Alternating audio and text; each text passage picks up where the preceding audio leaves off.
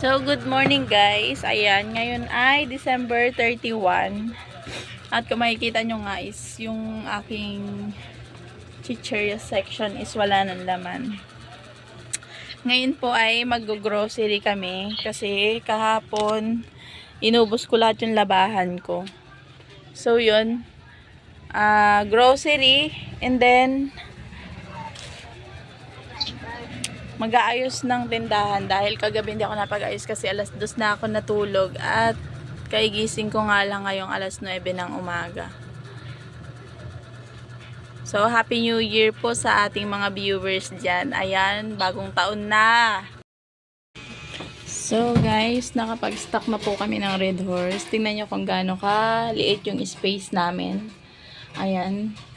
So, ito nga pala yung dineliver sa amin nung nakaraang araw. Ayan.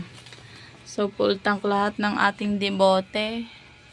And may mga bawas-bawas na siya kasi pinang-refill ko dun sa aming cooler. So, yan na nga pala yung aming stock. Simula dito sa taas. Ayun, abot na siya sa Kisame, guys. Yan. Tapos, meron pa kami dun sa loob. So, ito pa nga. Meron pa dito. So, dito naman sa ilalim ng aming lababo, meron din sa side. Ayan. So, magulo pa nga kasi inaayos namin kung paano yung pwesto na aming gagawin para kumasya yung aming stock dahil yung pwesto nga po namin ay maliit lang. So, yan. Meron pang MP at saka mojito dyan. Tapos, dito naman yan may Alfonso kami. Alfonso, C2. And then, dyan sa tabi ng aming damitan yan drawer. Mayroon ding MP. Ayan, mga MP, Alfonso. Ayan guys. So, hindi namin alam kung paano namin siya pagkakasyahin. Gagawa na natin siya ng paraan. Kahit na napakagulo yan. So, kung makikita mo nga, yung parte ng aking mga chichirya ay halos wala ng laman at uukab-ukab na. So, ngayon pa lang din kami mag-grocery dahil kahapon sobrang busy ko kasi naglaba ako at baka maabutan ng New Year yung aking labahan. So, yan yung dilata. Ito rin mga ukab-ukab na. Ang dami pang mga mga anik-anik na nakapatong. Ayan.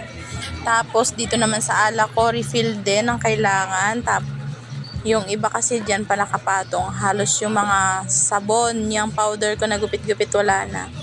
Ito nga pala guys, yung aking pang-giveaway na natira nung nakaraan, nung 24-25, halos ang dami kong natira na pang-giveaway sa bata.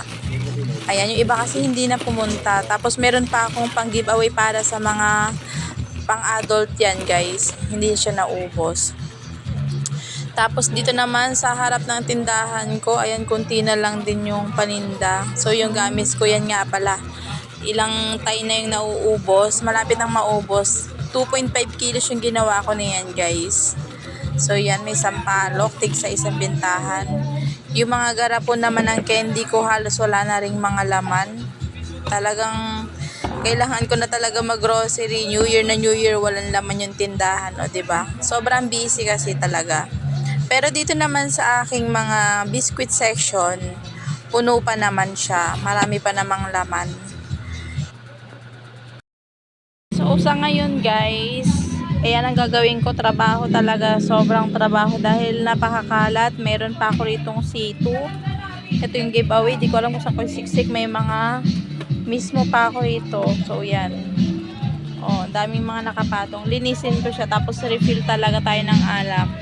Ayan, maingay na nga guys sa aming paligid. Ramdam nyo na ba yung New Year? Tapos, ito, nawala na yung mga ano ko dito. Chicharon, naubos na din. Talagang wala. O, diba? For now, hanggang dito lang muna guys. Happy New Year sa lahat. And good luck sa ating mga katindera dyan. Sana marami tayong benta, more sales, diba? So, yun. Sana maganda yung pasok ng taon sa ating negosyo. And good luck.